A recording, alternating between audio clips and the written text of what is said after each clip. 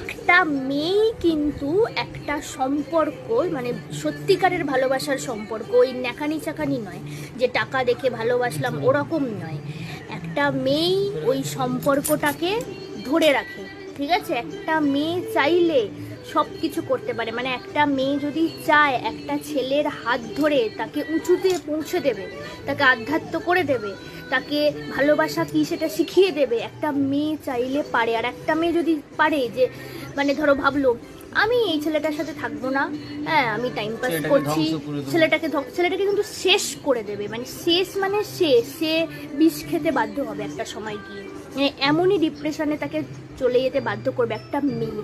তাই কি একটা মেয়েকে ভালো হতে হবেই, কারণ একটা মেয়েই পারে একটা গোটা সংসারের হালটাকে ধরতে। ঠিক বললাম তো?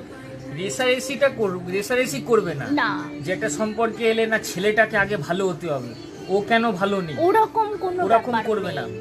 কারণ ছেলেরা নিজের ডিএনএ গিয়ে দিয়ে দেয় একজনের ভেতরে, দিয়ে আবার অন্য কানে পালিয়ে যায়।